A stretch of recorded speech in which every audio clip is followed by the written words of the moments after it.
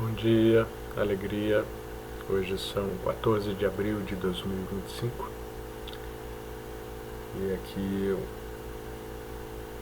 trago algumas recordações acerca da história do mestre Antônio Geraldo, mestre da Barquinha de São Francisco, uma linha do Santo Daime, que começou com Daniel Pereira, quando tomou o chá com o mestre Irineu, foi para uma praia na beira do rio e começou a ter mirações com uma missão da Ordem de São Francisco. E após isso recebeu hinos que são chamados salmos, que compõem uma abertura e um fechamento de um trabalho espiritual. E depois outros hinos que recheiam toda uma tradição inerente a isso. E foi uma coisa até, na época, consentida pelo mestre Irineu, que inclusive forneceu chá para os inícios do trabalho, reconhecendo que ali tinha um outro caminho no sentido de continuidade, sim, mas com uma identidade, com uma história própria. E daí é uma das linhas menos conhecidas. As 3 linhas básicas são a União do Vegetal, com o mestre Gabriel, o Santo Daime com o mestre Irineu, que depois teve uma continuidade muito firme com o padrinho Sebastião, e a linha da Barquinha com Daniel Pereira. E Daniel Pereira, a linha da Barquinha tinha uma tradição que era muito umbandista, muito de caboclo. Mas quando o Daniel fez a passagem, ele não se chamava mestre, não, chamava Frei.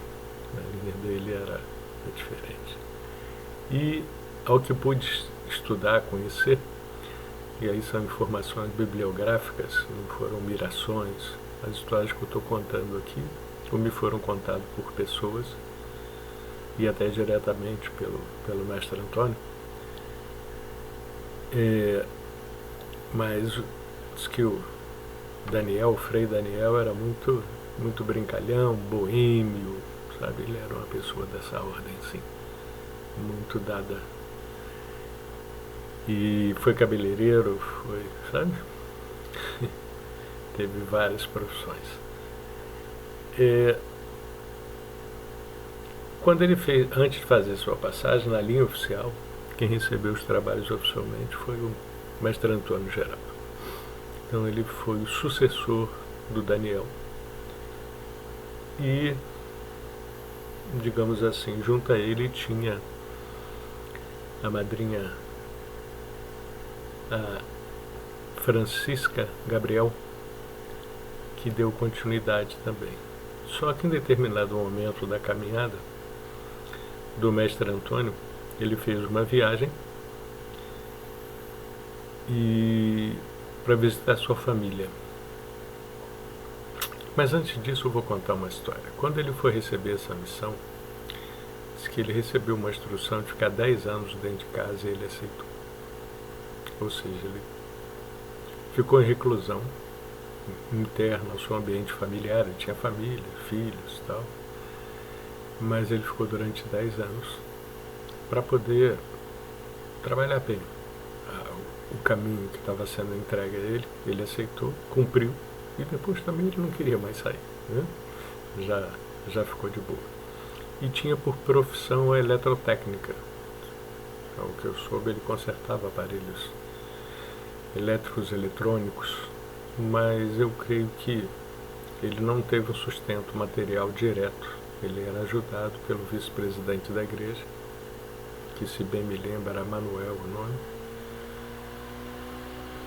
E assim foi o decorrer da vida, até que ele fez essa viagem depois desse período para visitar a família no Nordeste. Quando voltou, o Manuel falou: a igreja agora é comigo, está comigo. Diz que ele não discutiu, falou: tá bom. Foi e fundou uma outra igreja com um perfil diferenciado daquele que ele havia recebido e daquele que estava sendo praticado até então. Eu creio que nesse momento é que os trabalhos da Barquinha de São Francisco se transformam num trabalho de cunho, vamos dizer assim, talvez mais sutil, porque deixa de usar os tambores, deixa de usar a percussão, inclusive o maracá, e é muito centrado no violão. Ele tocava violão e tocava órgão, então é muito centrado e com muita presença de valsinhas, ou seja, de coisas mais sutis, mais... Até eu lembro de uma que falava da Zarela. Zarela, acalma mais o teu sol e deixa o feliz passar. Que representava uma pessoa com uma mulher que estava reclamando. A mulher pode ser entendida como uma esposa em diversas situações. E que queria isso, sabe? E ele falava, deixa tranquilão, navegar, sabe? Deixa o feliz passar.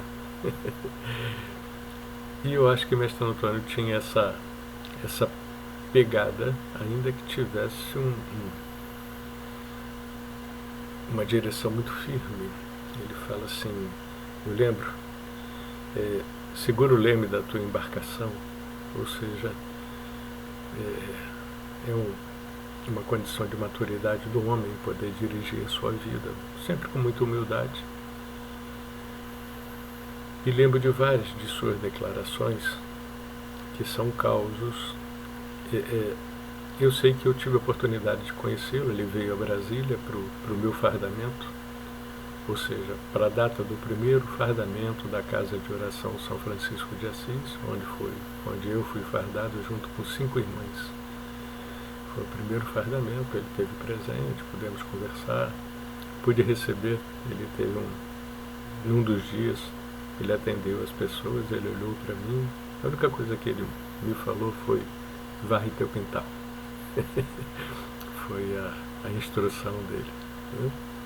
Além das instruções da mesa de trabalho, aonde eu lembro, ele de vez em quando enviava fitas, naquela época eram fitas cassetes, estou falando do início da década de 90, e numa delas ele falava assim que todo homem tem direito à sua casa e ao seu meio de sustento, inclusive da sua família, e também todo homem tem direito a fazer 3 pedidos a Deus. Lembro bem que eu não sabia o que pedir, entreguei de Deus de volta e me veio humildade, paz e amor. E assim iniciou meus trabalhos na casa de oração, que era a Barquinha de São Francisco, depois transformou-se em casa de oração com a construção do templo.